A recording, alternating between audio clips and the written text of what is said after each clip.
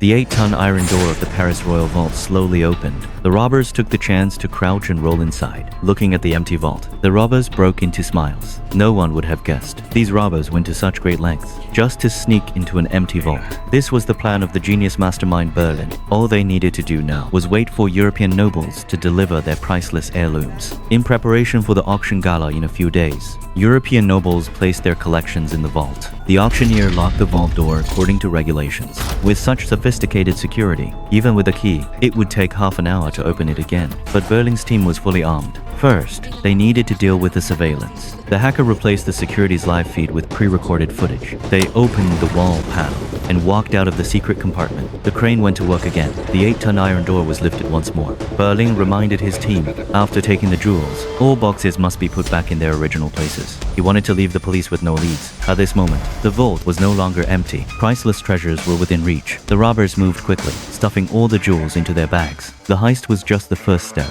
The real key was escaping safely. Only 5 hours left until dawn. They needed to erase all traces before the auction gala began. They used welding torches to restore the vault to its original state, cleaning the floor until it was spotless. For the traces of surveillance intrusion, Berling's team had a plan. They connected the auction house's circuits to the underground high-voltage cables, instantly burning out the power system. While engineers rushed to force open the vault, the professor quickly erased the electronic traces from the surveillance equipment and sealed the dug tunnel entrance with concrete. To confuse the police, Berlin sneaked into the auctioneer's house, deliberately burned a jewelry tag, and left the ashes, then pried out a gemstone and hid it in the corner of the sofa, creating the illusion that the auctioneer had stolen the jewels. The robbers returned to the hotel one by one at staggered times, then erased all traces. They put the jewels into compression bags, sucked out the air, and disguised them all as herring cans, minimizing the volume and hiding the loot to the greatest extent. Soon, chaos erupted in the vault. All the jewels were gone. The police quickly arrested the auctioneer as a suspect.